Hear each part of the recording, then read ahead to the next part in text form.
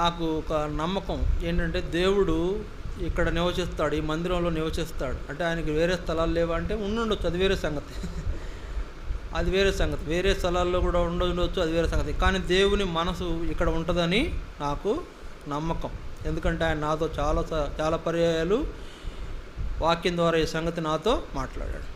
ఇక్కడ దేవుడు కదలాడుతాడు, ఇక్కడ సంచరిస్తాడు, ఇక్కడ నివసిస్తాడు అనడానికి కొన్ని రుజువులు నా దగ్గర ఉన్నాయి.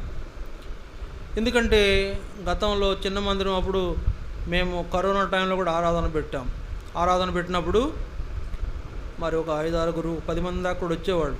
తెల్లవారుజామున 4:30కు వచ్చేవాళ్ళు ఆరాధనకు. వచ్చినప్పుడు మేము ఆరాధన చేసేవాళ్ళం, బల్ల కూడా పాలు పొందేవాళ్ళము. 6 గంటలకల్లా క్లోజ్ చేసేవాళ్ళం. ఒకరోజు నేను ఇదంతా ముగించుకొని చివరి ప్రార్థన చేస్తున్నప్పుడు ఆ ఎదురుగా ఉన్నటువంటి సహోదరి, ఒక సిస్టరు చివరిలో